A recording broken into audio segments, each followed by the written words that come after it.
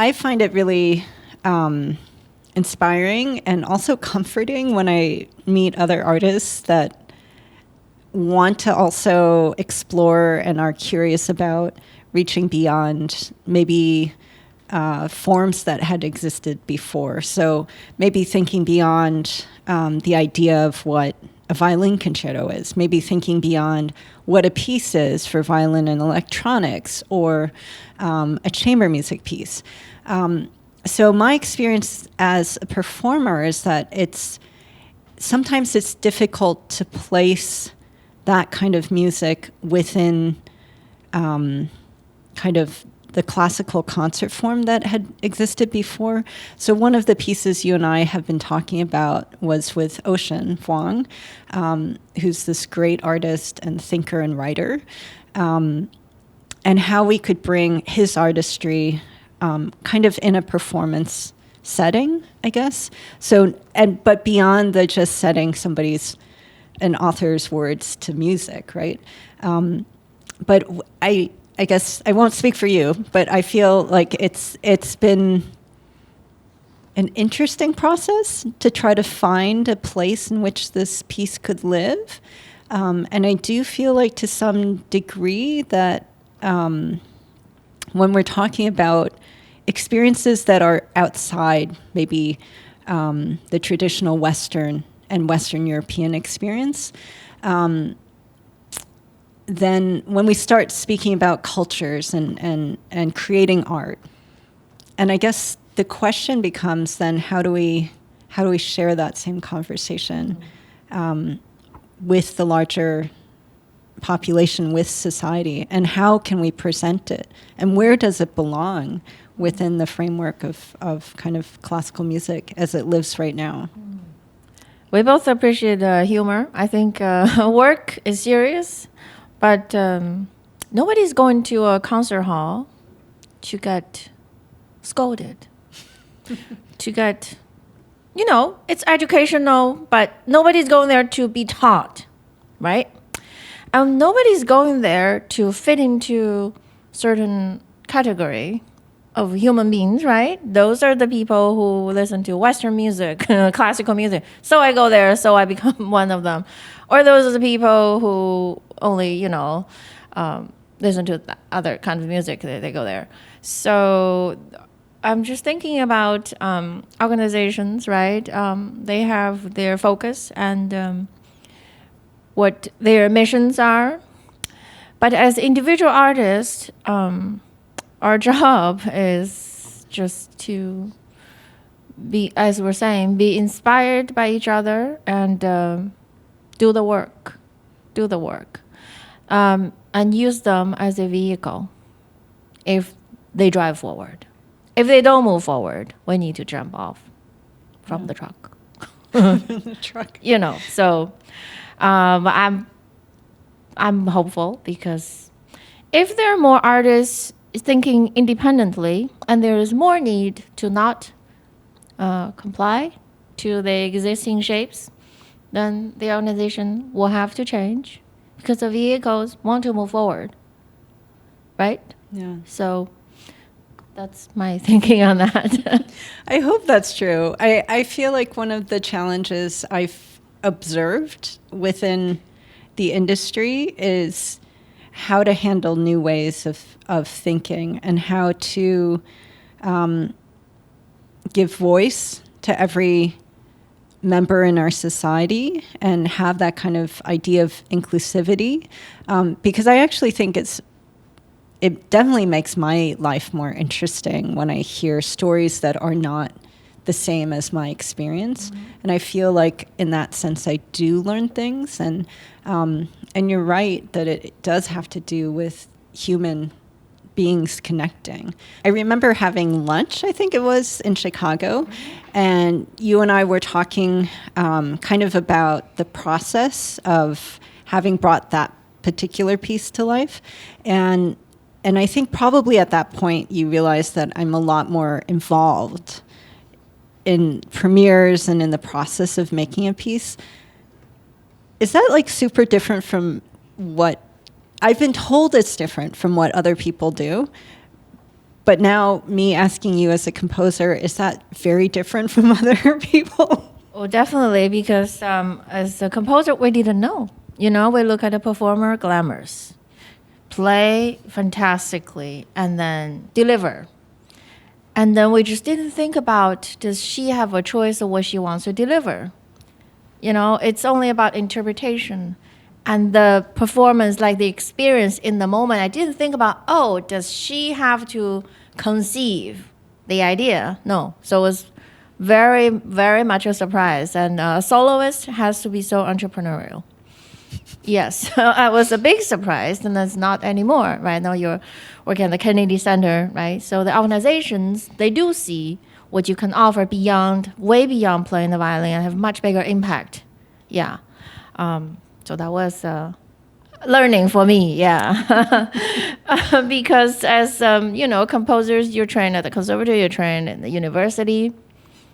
You don't have the exact same path as a soloist, right? You're living in your head, writing and imagining this project, but you don't have a, you know, a collaborator most of the time or from the very beginning in your head, maybe through a chip down the road, like talking to you in your head.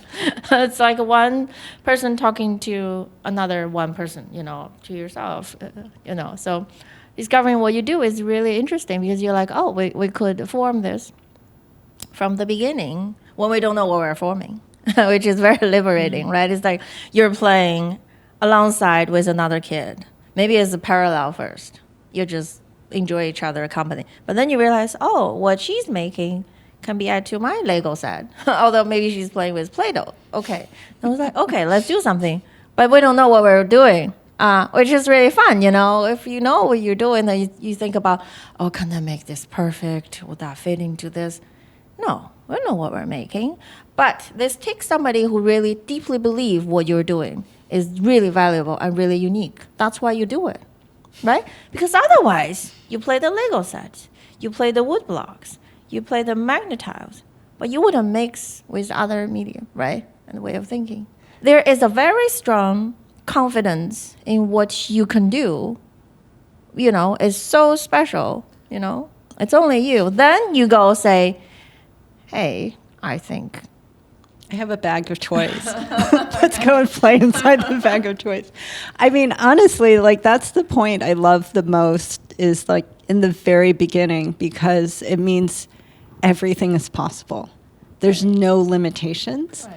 And I feel like that's the job, our job as artists is to be able to, or at least what I find is the most interesting is to try to hopefully imagine what's not imaginable. So like oftentimes people will be like, oh, what do you want to be doing in 5 years? And I always think I don't want to know what I'm going to be doing in 5 years because I want it to be beyond my capacity of imagination now. So, you know, when you and I guess, first talk about projects and stuff like that, I love the fact that it's all questions and it's like all, because it does, it means everything's possible. And one of the things I feel like I learned from a couple artists that I really admire, like Robert Wilson, the director, is that everything is in the moment, right? It doesn't mean that it's not that things are not generally, a structure is not generally put in place, but the creation has to be done in the moment. Like that, oh, somebody is reacting in this way. Oh, this person is able to move in this way that I didn't imagine. And I feel like it's the same thing when there's a dialogue between at least myself and somebody like you and composers, because it just leaves an opening where every possibility presents itself, and then I feel like we can make more interesting things that way. You know, we've been talking about how the project is kind of unpredictable and unknown and allows the maximum imagination. But we can't really forget the reason we have some resonance with each other is because we both value the word however you want to interpret craft. Like the craft could be logical thinking, could be how to put notes and rhythm on page, and how to understand that the message is stronger than the details. You know, the craft is very multifaceted. I think when you looking for a collaborator, you must find a common ground. It's the craft, it's the knowledge, you know, it's the awareness of where this person is from. I guess it's trust as well, right? So part of it, having a kind of longer relationship, both personally as well as in terms of past history of working together, is that I think the trust between collaborators increases. We sometimes look at people and look at their social media and having moments with them. We don't see the whole range. Yeah, which I think is really valuable if you really want to develop a relationship with someone, right? That's important. It's not on the surface, but something fundamental, like really. As a performer, I'm sure you care about how you play, right? And what would make you heard. Like practically, if you're playing a concerto, can you be heard, right? Because you're also an audience too, right? If all the business was covered, right? And you can give valuable advice by saying, I think the orchestration is very heavy. That doesn't mean like you're Western or you're Korean or you're but it's more like I have this knowledge. This is part of my craft. And I trust that you're saying you would take it as, you know, a shared wisdom that you don't have, because no matter how experienced you're as just a composer, you don't know what it's like to play solo violin in front of an orchestra. So it's, I see many of your collaborators benefit from that aspect of working with you, right? You very, very much valuable feedback during the workshop period, which not everyone gets to workshop a violin concerto, for instance, right? Yeah. So I feel like I'm really excited about this piece that you and I have been discussing about working with Ocean, not only because I've admired his work for so long, but it's also, I don't know, I feel like his work, I'm sure most people feel this way, but I feel like I feel very connected to it. And that kind of collective history, I think, to some degree, of Asia. One of the things that I've been finding difficult is how to communicate histories that have not been heard yet or before within classical music, and how to bring that to this kind of forum. And what I feel like I learned is that maybe we need to create a new form. I felt like one of the things that was interesting also is your first generation, right, from China. Ocean is kind of 1.5, I guess, because he came to the U.S. as a child, and I'm second generation because I was born here. And yet I didn't realize how much even my mother's history and the violence of the Korean War, how much that actually still lives inside of me, even though I was born here. And of course, having made a project around it, it was also impossible to describe what it was. I think there's a strong connection, Ocean's not here, amongst us, in the sense that he also has strong root in Western literature, and he has his own voice talking about his story. But his writing is not limited to what he had lived through.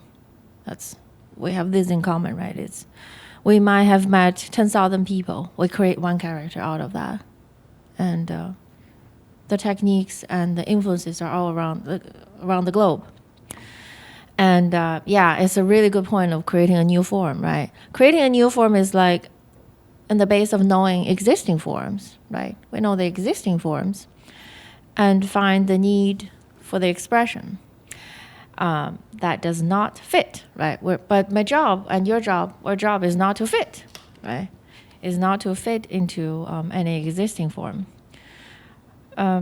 I think it's interesting. I met Ocean at Civitella in Italy during the residency. We bonded after taking walks after dinner. We make fun of ourselves, the Asians. We care about the 100 steps after dinner makes you live forever, that kind of thing. Then we bonded. No, I actually worked with him on the piece. He came to Brown and read, and I wrote pieces for guitar and saxophone. Ryan Muncy and Dan Lapel performed. So he read, and there was music, and read and music. Some were guided improvisation. So after that, we thought, this could be something different, right? So the first time we were like, it's a poetry reading with music, and they're separate.